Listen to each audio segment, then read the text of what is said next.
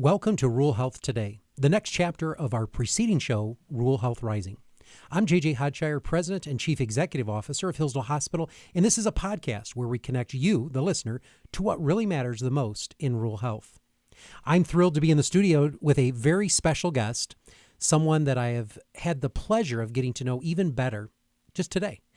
In learning about his life story and his background in healthcare, it is my pleasure to have Dr. Greg Johnson, Regional Market President at Parkview Health, in the studio today. Your first time. Yes, it is. In the studio. Very exciting. Yes, it is. Now, some of your colleagues from Parkview have been in this room.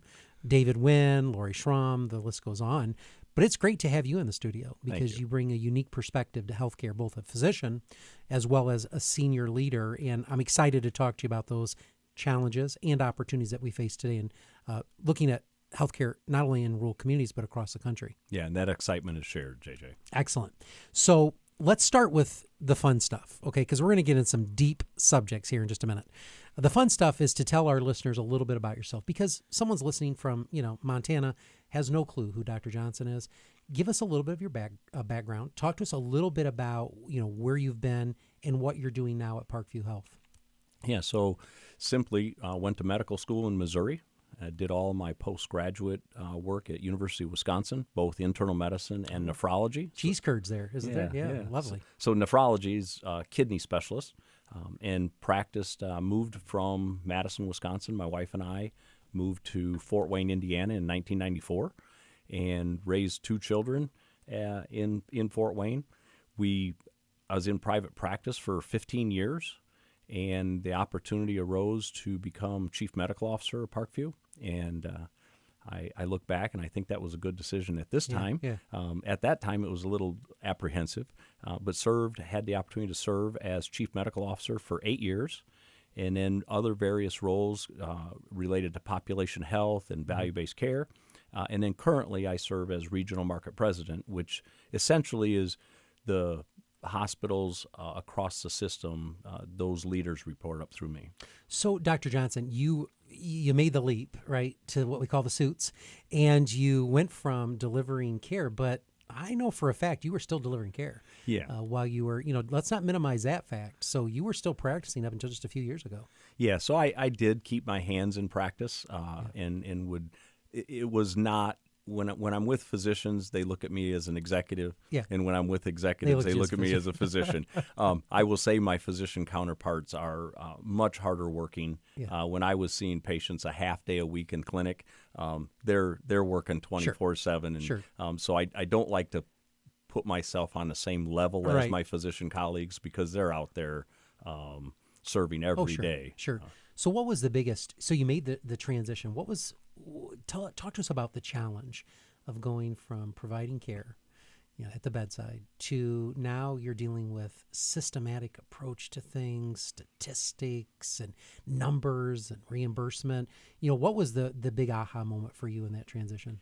Well, I think the aha moment was how I made the decision, is that I felt that we needed more physicians and providers to be not to be the sole leader, but to be part of the leadership team as it relates. Right. And Mike Packnett and Rick Henvey, our previous CEO and our current CEO, have really excelled physician leadership in looking to physicians to lead the health system. Again, not by themselves, but in conjunction with other executives. Didn't know Mike as much as I know Rick, and when you think of the word servant leader, you think of Rick. Yes. And you think of the work that he does. And so, he's obviously surrounded himself with other, and having the opportunity to talk to you today, servant leaders, which I think is so important in our industry today because it's changing. It's ever changing. And I think your perspective from both physician and now as a leader can really shed some light into some of the challenges we're facing on both sides of the spectrum. How do we take care of the patient, ensure high quality? But on the other side, it's cost containment, right? We have to talk about all those things. And I think Parkview, I just want to give a plug for Parkview, has done a great job in the state of Indiana. Primarily, I know you have an Ohio base, but primarily Indiana of really being the leaders. When I think of healthcare leadership, I think about Parkview and what you've been able to do, the give back to your community, the building of those rural communities. I think it's very important, and it's really what we want to talk about today is how does big health impact rural health? And I'm going to let you talk about that in just a minute. So let's first talk about relations. So you have a big health system, and it's big. I mean, you have how many employees? Probably close to 10,000?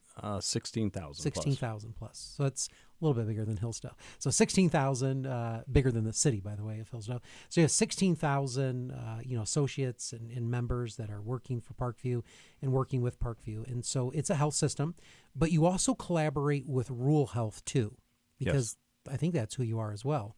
So why don't you talk to us a little bit about how that relationship works with Parkview in rural health. And I think you have a hand both in rural health as well as big health, but they all play a role, don't they? Absolutely. It's an ecosystem. And so Parkview, we get rural real fast. I'm not the one that came up with that phrase, but we do get rural real fast. Yeah. We have 9 rural hospitals within our health system. We actually have 2 large hospitals in Allen County, Fort Wayne, Indiana, and a behavioral health hospital in Allen County. But we are very rural. Mm-hmm. But it doesn't stop there.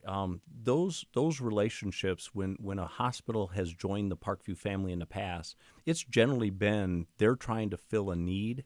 And it's not about Parkview filling a need. It's about Parkview helping these rural hospitals remain not just surviving, but helping them thrive. Yeah. But we also, and this is one of the things that I'm very proud of, is we want to support the independent rural hospitals. We want to manage hospitals in 2025. The infrastructure that's required, whether it's technology, whether it's particular processes, informatics, you could go on and on. You could. It becomes very expensive very fast, and we have to keep up with it. We do, because that's the quality that we want to bring to healthcare and what patients expect. Exactly. Right? Yes, and so I look at it as an ecosystem. If we have a rural hospital, whether it's part of the Parkview family or whether it's an independent hospital that we work with, it is best for patients to receive their care locally. Period. I agree with that statement. Period. I think we could close in prayer right there. There you go. I agree. But it's the truth. And, It is. And there's a couple reasons. One is that's where the patients want to be. Access. People don't necessarily want to make the trip to the big mothership. No. Likewise, the Parkview Regional Medical Center is really there for tertiary care. Mm-hmm. So if we can help hospitals, our own as well as independents, keep patients in their facilities, that benefits everybody involved. It does. Our emergency rooms are busy, and we want to make sure that our throughput is just as efficient as it can be, and helping rural hospitals with that efficiency helps us. It sure does. So it is an ecosystem. It is. Great perspective. And so, it's not as if there are some big systems where they're knocking on the doors of rural hospitals saying it's not if, it's when we're going to take you. Your philosophy at Parkview is a lot different. In fact, a lot of the folks are knocking on your door. And that relationship's important because both parties then mutually understand we have a relationship.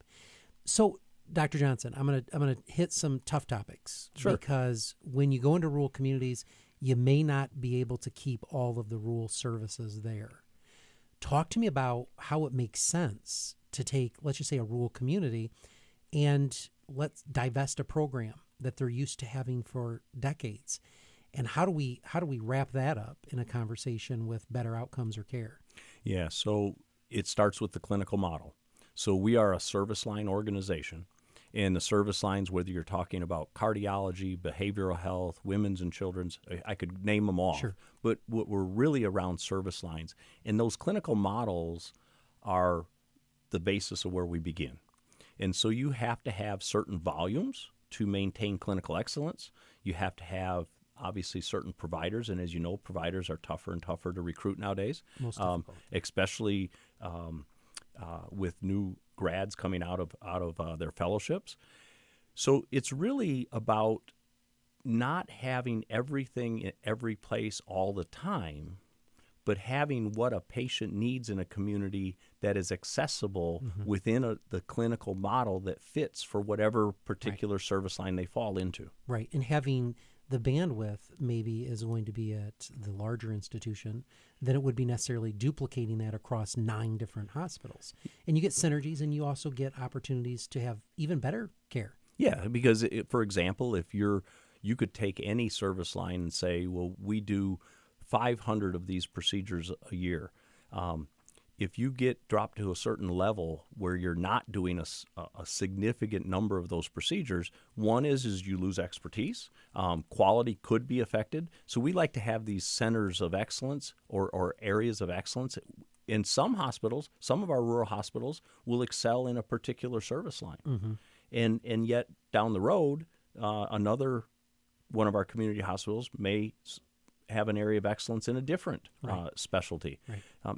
But they play off of each other. And this is what and again, it's all evolution. Mm-hmm. What I'm proud of Parkview is that we're looking at it as not just looking at a community hospital, not just looking at Parkview Regional Medical Center, but looking at how this network, this clinically integrated network or delivery system we don't want to walk away from any patient in any service line. We want to make sure that they have the access that they need. And I think that's evident, and we have over 1,200 employed providers. Yeah, it's incredible. If we weren't employing those providers, that access wouldn't be there. Right. They may not even be in your area still. Correct. Because it's very difficult for, when you look at primary care or specialty care in today's economy and trying to find employees, let alone the cost of malpractice insurance, for a lot of our folks to make it on their own. And so there has to be a relationship with someone, a hospital, and it can serve both ways, right? But at the end of the day, it's taking good care of our patients. In the other relationships that exist, for example, Parkview and Hillsdale's partnership is that we are on the Community Connect product, which is an EMR-based system for how we document You can say Epic. records. Okay, Epic. So we're on Epic, and that is kind of that's like the Maserati, of EMRs that we could never afford. Okay, but because you have it, you can offer it under a Community Connect project, in which we can get it at a fraction of the cost with the relaxed start clause, and that's very helpful to hospitals like ours. Now, you're not telling us how to do business. You don't have access to that data. It's just you're being friends of healthcare, and that helps the healthcare system overall. I think that's a big work, and from my understanding is you don't just do it with Hillsdale, but you are offering it. Yeah, I was going to say Hillsdale is special. Well, thank you. But I don't want you to feel too Too special. special. I never do. In that we do provide that service to many hospitals in Indiana. Yeah. Let's talk a little bit about what's happening at Parkview and specifically what you're doing in programs, because you're everywhere, man. Parkview, you sponsor events. You've got a stadium named after you down there. Lots of things are happening. You're giving back to your community. Tens of millions of dollars. But you've got yourself, you must be excited about a few programs. Like Dr. Johnson is excited about Program X. What's exciting for you right now at Parkview, and what are you thinking, this is our next step in healthcare? Yeah, so I think it's really designing the clinical programs that support all the various communities. And as I said, and I'm going to probably say it again in this podcast, it's not walking away from a patient. Mm-hmm. When we talk about consolidating services and across the United States and things like that, sadly, there are times where health systems are actually walking away from patients because they can't make it work financially. Yeah. And so the thing that excites me is how do we figure that out where we're not walking away from any patients? That's right. And providing, it'll be different. Yeah, it has to be. It has to be. It has to be. It'll be different. But really putting that patient first and use the term servant leadership. Mm-hmm. That's what excites me on a day-to-day basis is getting up and being able to think about impacting not just one patient at a time. I love practicing medicine, but the fact that you can impact hundreds, if not thousands, if not tens of thousands of patients. So let's talk a little bit about that, because let's go into one service line that is huge need in rural communities across the country, oncology services. You've recently dedicated a new center, a cancer center. Can you talk to us a little bit about that and how you serve the region for cancer? Yeah, so the Family PACNet Cancer Institute at Parkview. I will say that the model, as a clinician, I was a little hesitant at first because I thought it was an awfully expensive model. Yeah.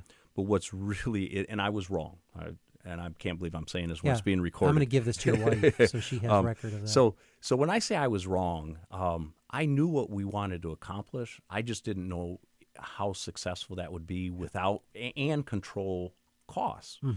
But really, I'll start with this.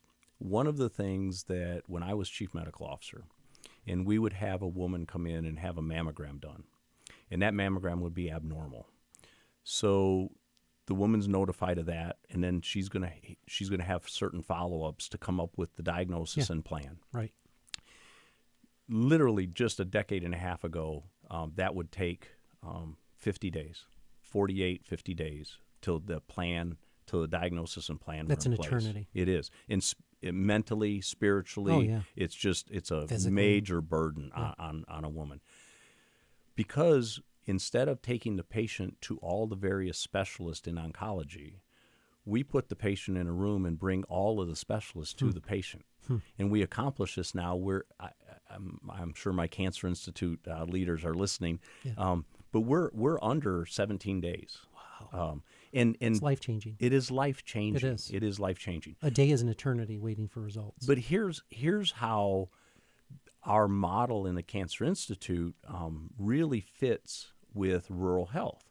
Is that yes, if you're going to have a and hopefully nobody has to go through this, but if you're or a loved one are having a major surgery for a cancer, you're probably going to come to Parkview Regional Medical Center to have that done. If you're going to have radiation therapy or chemotherapy as follow-up, you don't want to drive from 50 miles away, 30 miles away every day to come in and get that treatment. Yeah. So what we do is we have a distributed model, is that you get your diagnosis. If there's major things that can only be provided at a tertiary care center, they get provided there. But then we disseminate it back into their communities. So a lot of our community hospitals do the infusions. We also have our community hospitals. Some have radiation oncology and linear accelerators that can treat patients. So it's best for the patient. That's where it starts. Sure. But driving those patients back into their communities, and anytime you can make treatment, I'll say easier or seamless, you end up with better outcomes. You sure do. You take that emotional and physical and mental stress off of patients while they're going through something that is very, very challenging. Yeah, and access, of course, in rural communities is almost non-existent for that specialty care. When you think about nephrology and you think even about oncology and some of those ologies, rural communities cannot afford to have those programs. So having someone like Parkview that can have that outreach, is what I would call it, is life-changing. And I want to just congratulate you and your team for the work that you've done there in cancer, but also in so many other disciplines. I mean, you and I were talking earlier today about the work that you're doing in behavioral health. There's such a need in that in this country, but the work that you're doing is very, very noble. So I want to thank you for what you've done.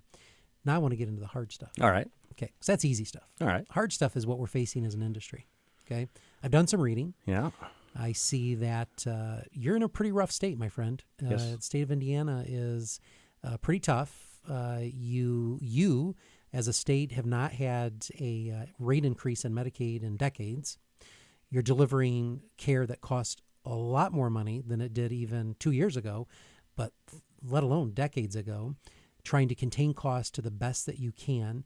Serving a population in rural communities typically is a 70%, Medicaid, Medicare is what we typically see. A lot of folks that are on Medicaid also, are trying to work. It's not that they're just being lazy, but they need access to care. Maybe they work for an employer that's 50 or less. There's a lot of reasons why people get Medicaid, right?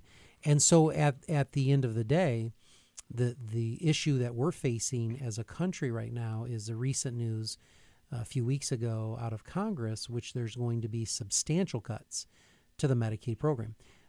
First and foremost, you're serving a Medicaid population, right? Yes. In Indiana. And a lot of your rural communities, I would assume, are going to be more Medicaid dependent. I'd say 70% of our patients are either Government Medicare, payers, Medicaid, yeah. government payers. So you're going to be similar to what the demographics are throughout the country. Yes. Higher incident rate in Medicaid and rural communities, but still proportionate to all your hospital centers. You're seeing those rural communities. It's going to be impacting your hospital as well. But Indiana, it's a tough state. You've got a lot of discussion about payments and a lot of discussion about, what are we going to do with hospital system X? But at the end of the day, all of that pales in comparison to what the federal government may do to us. Yes. And what do you do in advocacy, as a system? Who do you partner with? And what's concerning you about this legislation? Yeah, so the thing that probably concerns me the most about the legislation is that they attempt to solve a very complex problem with simple solutions, Yeah. and the unintended consequences are what get us. Yeah. So, and if I could elaborate on that just a bit, there's a lot of focus on prices. Mm-hmm. And I would be wrong if I said price doesn't play a role in the cost of care. What I think plays even a bigger role in the cost of care, though, is making sure that the patient's getting the care at the right place at the right time. Yeah. And so often, so if you would allow me, we have a model at our Southwest campus on Illinois Road in Fort Wayne, that it's a freestanding emergency room. Okay. And it's a very novel model. We were not the first. We're probably the fifth or sixth in the country that have used this model. But when a patient presents to that emergency room, they're evaluated by a nurse practitioner, by a licensed nurse practitioner, and then they're triaged appropriately either into emergency room or urgent care. Mm-hmm. And now, if we just had a freestanding emergency room, they'd all come through, they'd get an emergency room care, and they'd get an emergency room bill, which is a lot Very more, heavy. a lot more than urgent care. Yes, it is. And so, when I was in practice, we would have a patient come in the emergency room, and you're like, well, they really don't need to be here, but you treat them appropriately, you give them the best treatment possible, and they end up with an emergency room bill. Right. With this model, we found in the first year that we were open that 50% of the patients were emergency room appropriate and 50% of patients needed urgent care. And people are, well, that's great. But the rest of the story is if I take the average cost of an emergency room bill that we have and an average cost of an urgent care bill, and then multiply by the number of people who actually went through the emergency room or urgent care, we saved the community $9.2 million in 1 year. My goodness. And that's our first year, where we're even busier in our second year. Yeah, So, remarkable. and those are real dollars. Those are. So part of it is, so when you talk about, it's easy for a politician, I was going to pause when I say that, No. but it's easy for a politician or someone to say, well, healthcare is expensive. Right. And it is. Or nomenclature like price transparency. Yeah. Or, right. Yeah. Right. And Easy to say. It is. It resonates with the people. It does. The key, though, is that it's not just prices. Correct. It's really about creating models to get people to the right level of care. If Right. you can deliver care in an ASC versus inpatient, an ASC is an ambulatory surgery center. Right. It costs less. If you're getting the same quality and safety outcomes, you should be doing it at the right site. Yeah. And I will say, as an industry, if we would continue to spend more time on appropriate utilization across the health system, that to me would be more cost savings than any price reductions. Absolutely. One other example is when I was in private practice, nephrologists take care of hypertension, often difficult to control hypertensive patients. And I would manage a patient and I would see them back every 6 months. Now, did I need to see them back every 6 months? No, I probably could have. They probably could have faxed their numbers in. I'm showing my age a little bit there. Yeah. Fax numbers in or send them in through Epic, my chart, Yeah. and I could assess them and I could make adjustments. But the reason that I had them come into the office was that was the only way that I was reimbursed for taking care of that patient's problem. Right. Now, it inconvenienced the patient. It probably took a spot in my office that somebody else could have been using. But that's a micro example of where, because of the way payment systems are set up, this fee for service and volumes that we only get paid if we do something, that I think Incentivizes. actually it incentivizes, Yeah. it drives up the cost of Sure care, does. and it also decreases access. You know what? I can see the headline right now. Johnson for Secretary of Health. Because I'm telling you, if we can fix that, this is all very easy. But you're absolutely spot on. And the work that you're doing at Parkview is remarkable. We could talk about so much more, and we could talk about workforce readiness. We could talk about the talent pipeline. I want you back for that. But I want to give just a few minutes for you to really define and outline. That's your way of telling me not be so verbose? Well, we're going to get there, though. We're going to get there. I promise you. But it's an opportunity for you to share a little bit about, what's the future hold for Parkview? I mean, you're big. Is it sustaining what you have? Is it, entering some global initiatives? Are you, what would you see? And I know you can't necessarily say on behalf of so-and-so, but what do you see as the next chapter for Parkview? Yeah, the biggest chapter is relationships with all hospitals, with all providers, with anybody that wants to partner. We want to be part of that equation, because I do think that the infrastructure cost, and I use that term globally, it's the second time I've used it in the podcast, but this infrastructure cost isn't going down. It's not. It is not going down. Going up. It's going up. And so how do we create some scale?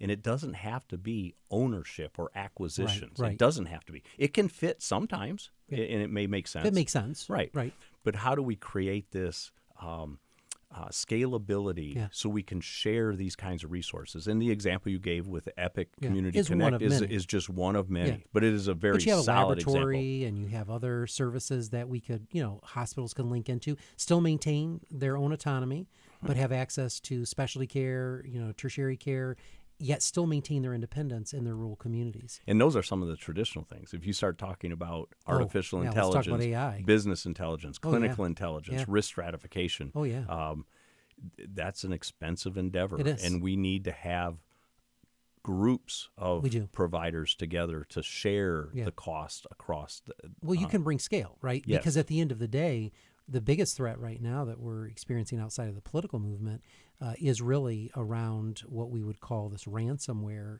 that's happening, where hospitals are paying out millions of dollars. And imagine this, a rural hospital, I just had a friend tell me, a rural hospital in another state far away who bankrupt their hospital. Yeah. They shut their systems down for days. They had very little cash on hand, and then they get charged with this ransom. So, JJ, let me throw something back at you then. What I find interesting when it comes to the ransomware is that the health systems that are being held ransom are often painted as the perpetrator. Oh, I know. And not the victim. Preach it. Yeah. And you know what? It takes attorney generals to stop blaming us for this. It's the state sponsors of terror is who the ones are doing this. Yes, sir. And we need to go after them. And we're the bad guys, you know. And so we have to change that narrative. That's going to be for another podcast. Yes. But I'm passionate about that. It's one of the things I'm passionate about. I figure I'd touch on it. Yeah, absolutely. And I think that's important. But I think as we conclude today, the message is big health has a defined purpose that's very important, but it can incorporate rural health into it, which is what you've demonstrated at your hospital system. Not all hospital systems are the same. There's been hospital systems knocking on my door before that said it's not if, it's when we're going to take you, and we're going to turn this into a helicopter pad, and your patients will have to go to place X. God is my witness, that was said. That other executives from big systems come in and call us Hillsborough Hospital. You know, would have the respect of knowing who we are before you say you want us.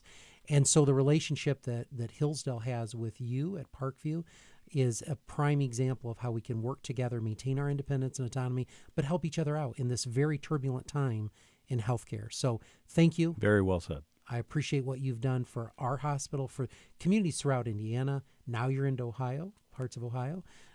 And it's just been great to be able to work and to watch what has happened in the growth that Parkview has been through. And with growth, there's a lot of pains, there's a lot of misunderstandings, there's a lot of community commentary, but I'm going to encourage you to stay the course. Y'all are doing a great job down there and impacting the lives of those who need it the most in communities like ours. Thank you, JJ. Thank you. Well, thanks for joining us today on the episode of Rural Health. We would like to wrap it up with our new segment, Rural Health Recommendations. For every guest we have on the show, we'll ask them to contribute a recommendation on rural life and healthcare. That could be a tip for someone now that's going to work in healthcare, is working in healthcare, some sage advice of thriving in a rural setting. And then we're going to add this recommendation on as an online guide to help others, who want to learn, like, what is that recommendation at ruralhealthtoday.com. So I'm going to ask you, Dr. Johnson, what is your rural health recommendation? Embrace it. Embrace it. Period. And when I say embrace it, whether you're talking about recruiting providers, retention of providers, recruiting nurses, embrace it. The rural life is most of America, most of America. And I sometimes get a sense that even in our own community hospitals that are in the rural settings, that they often feel like, well, we're just rural. So it's not just rural. No. We are rural. Yeah. And I say embrace it. Recruit to your strengths. Yeah.